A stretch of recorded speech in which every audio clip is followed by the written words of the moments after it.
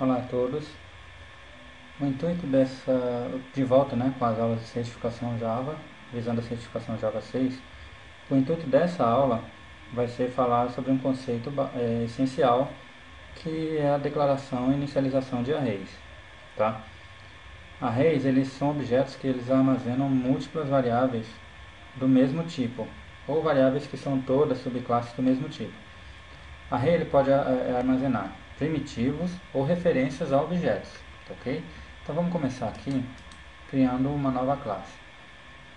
Eu estou criando no pacote 3, tá? Fica à vontade para criar no pacote que você tiver aí, da maneira que você estiver acompanhando as aulas.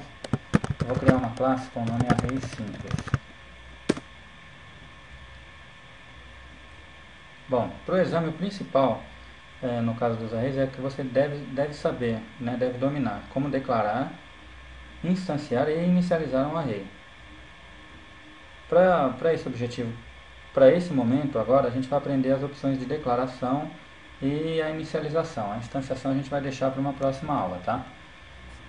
Bom, vou criar aqui o método main. Bom, como eu disse antes, arrays são objetos que armazenam múltiplas variáveis do mesmo tipo. Veja que eu usei a palavra objetos, ou seja, arrays são objetos na memória, tá? Então, eles armazenam do mesmo tipo.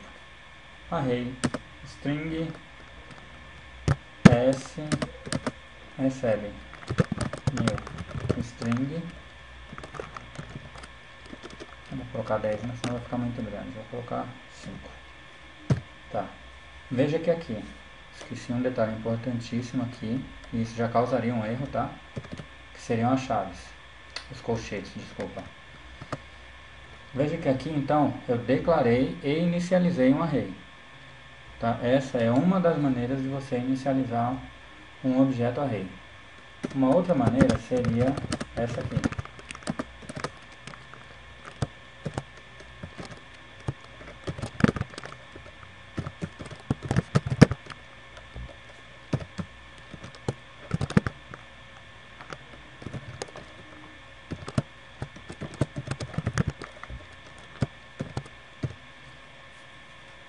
Novamente eu esqueci os colchetes. Isso numa prova seria fatal. Se, por exemplo, você vê uma declaração de arrays inicializado bonitinho, mas você nota que não tem os colchetes, ali você já pode marcar que o código não vai compilar, tá? Porque a declaração foi feita de forma incorreta. Bom, aqui nos dois casos nós declaramos e inicializamos o objeto array. Na primeira linha, né, no primeiro objeto array de strings que eu criei, eu coloquei ali new string 5. Isso significa o quê? Que o array inicialmente está sendo criado com 5 posições. A contagem das posições no objeto array vai de 0, começa do 0, tá? Então 0, 1, 2, 3, 4. A quarta posição, o número 4, aliás, representa a quinta posição no objeto array. Ele não começa de 1, ele começa sempre do 0. É um detalhe importante você saber isso, tá? O segundo objeto aqui que eu iniciei, o segundo objeto array, eu coloquei já diretamente os nomes que eu quero entre chaves. Tá? Isso aqui é obrigatório ser separado por vírgulas. Tá? Se você esquecer uma vírgula dessa aqui, desculpa, ao invés da vírgula eu acabei dando um enter. Você vai causar um erro aqui. Tá? Por quê? Porque você fechou uma string, abriu outra e não separou. Tá? Então ele dá aqui que tem um erro de sintaxe. Pede para deletar Maria porque ele identifica ali que depois de Maria tem uma vírgula. Se eu deletar o objeto Maria, ele vai compilar normalmente. Não é o caso que a gente quer aqui. Veja que nesse segundo eu tenho 4 elementos. Quantas posições eu tenho aqui? No caso eu tenho 3. José na posição 0, Maria na posição 1, Fábio na posição 2 e Lúcia na posição 3. Tá? Lembre-se sempre disso. Contagem de objetos array começa a partir do número 0. Se eu tentar acessar um elemento fora do índice do array, vamos ver o que acontece. Bom, nós temos aí então os nomes. Vamos tentar então representar os nomes. Para quem não assiste, eu tenho usado muito as teclas de atalho, tá? Então, sys alt Ctrl barra de espaço, ele completa, desculpa, com system.out.println. Qual é o array que eu quero imprimir? Nomes, certo? Peguei o array nomes para imprimir. Vamos executar aqui para ver o que acontece. Java Application. Veja que ele exibiu uma coisa totalmente estranha para nós. Isso aqui é o endereço de memória do objeto array que está sendo utilizado, tá? Ele não está conseguindo exibir as strings. Uma das maneiras que a gente pode resolver isso daqui é importar a classe arrays. Tá? Essa classe arrays tem métodos que, entre eles, tem o método toString, capaz de representar o objeto array que a gente criou de strings. Essa classe arrays vai ser necessário importar, porque ela não faz parte do pacote java.lang. Como ele não faz parte, então eu tenho que criar uma declaração de import, e ela é da classe java.ut, do pacote java.ut, desculpa. Veja que se eu deixar aqui java.ut.asterisco, já vai me servir. Só que nesse caso aqui eu estou importando todas as classes do pacote java.ut. Não é isso que eu quero. Eu quero apenas a classe arrays. Ok? Bom, vamos apagar os nomes aqui.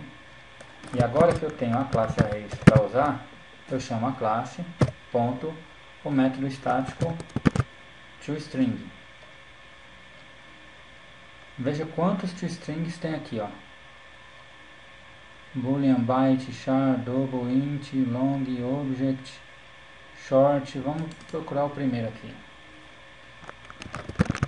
Nomes. Vamos tentar ver se funciona. Executamos. E veja que aqui ele já exibiu. Tá? Então esse método toString, o que ele pegou aqui, na verdade, mesmo eu tendo pego o primeiro lá, ele pegou o método toString de object. Tá? Se ele tivesse pego o booleano, isso aqui ia dar problema. Tá? Então ele pegou o toString de object, por isso que ele está conseguindo exibir. Essa é uma das maneiras de eu conseguir exibir um array, tá? De eu exibir os elementos que estão contidos em um array.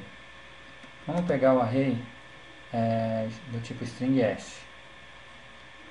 Mostrar uma forma diferente de acessar. Aqui no caso, nós criamos, inicializamos e representamos aqui, tá? no system.out.println. Agora eu vou pegar o primeiro objeto array que a gente criou lá, que é o objeto string s. Como ele tem 5 posições, eu vou dizer que na posição 0 eu quero ABC. O que eu fiz nessa linha? Eu peguei o array s na posição 0 e atribuí a ele um valor. Então na posição 0 esse array vai ter o valor ABC. Na posição 1 ele vai ter o valor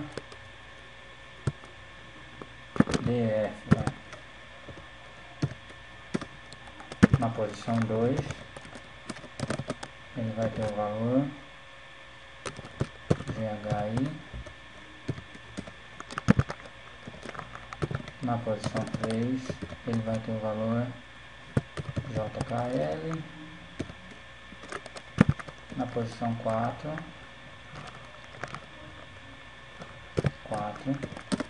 ele vai ter o valor JKLMNO. E na posição 5, já que eu estou dizendo que ali são 5 posições, né?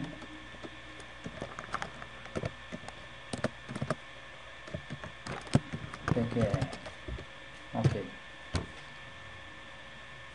Tá. Então aqui nós demos, aqui temos um array de 5 posições e para cada uma das posições a gente atribui um valor. Eu posso representá-lo da mesma maneira que eu fiz lá em cima. Arrays.toString, o array que eu quero representar. Agora eu quero representar o array S. Vamos ver o que vai acontecer aqui. Olha só, ele exibiu o primeiro, né, o dos nomes, que tem José, Maria, Fábio, Lúcia, mas no segundo ele apresentou um problema e já deu o erro, né, já mostrou exatamente onde está o erro. Exception in thread main, java.lang array index out of bounds exception. O que é isso? E aqui é o númerozinho 5. O array tem 5 posições. Lembra que eu falei que começa a numeração a partir do 0? 0, 1. O 0 já é uma posição. Então, 1, 2, 3, 4, 5. Esse quinto elemento aqui, ele está causando essa exceção aqui. Ele está tentando acessar um índice que não existe no array. Ele está tentando acessar o índice 5. Esse índice 5, essa posição 5, desculpa, ela não existe dentro do array. Exatamente porque a contagem começa de 0. Se a contagem começasse de 1, isso aqui ia estar normal. Eu vou só comentar essa linha e vou executar novamente. Aí você vê que ele já consegue exibir. Tá? Então vamos dar uma recapitulada rápida. Nos dois exemplos aqui eu declarei e inicializei os objetos array.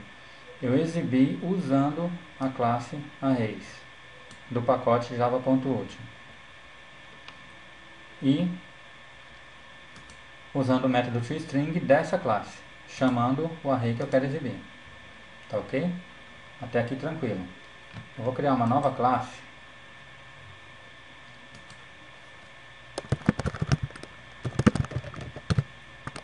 Vou colocar como array simples 2.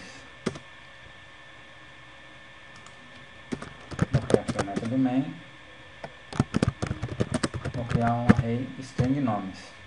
Veja que aqui a declaração que eu fiz, aqui eu não declarei um array, aqui eu estou simplesmente declarando uma variável. Veja que essa declaração que eu fiz apenas cria o objeto, mas não o inicializa. Isso é válido? É. Não é válido se eu fizer isso aqui. Por quê? Porque na criação eu não posso indicar a quantidade de posições que eu quero que o objeto ocupe. Tá, mas então como que eu vou acessar, como que eu vou criar esse objeto array? Eu crio aqui embaixo nomes, recebe new string e aqui eu digo para ele 3 posições. Aqui está correto? Tá. Ele inicializou, aqui eu criei, aqui eu inicializei. Tá? Isso aqui é válido, é uma declaração válida.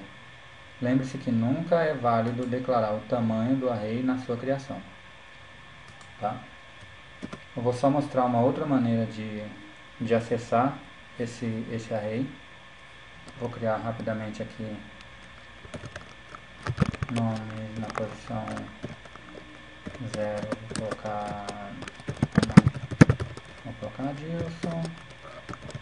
Nomes na posição 1, eu vou colocar Márcio. Nomes na posição 2 eu vou colocar Maria. Ok. Por que 0, 1 e 2? Porque o array é de 3 posições e a contagem começa do número 0. Bom, na classe array simples anterior, vocês viram que eu usei a classe arrays para chamar o método toString, o método estático toString, para exibir o objeto. Aqui eu vou fazer diferente.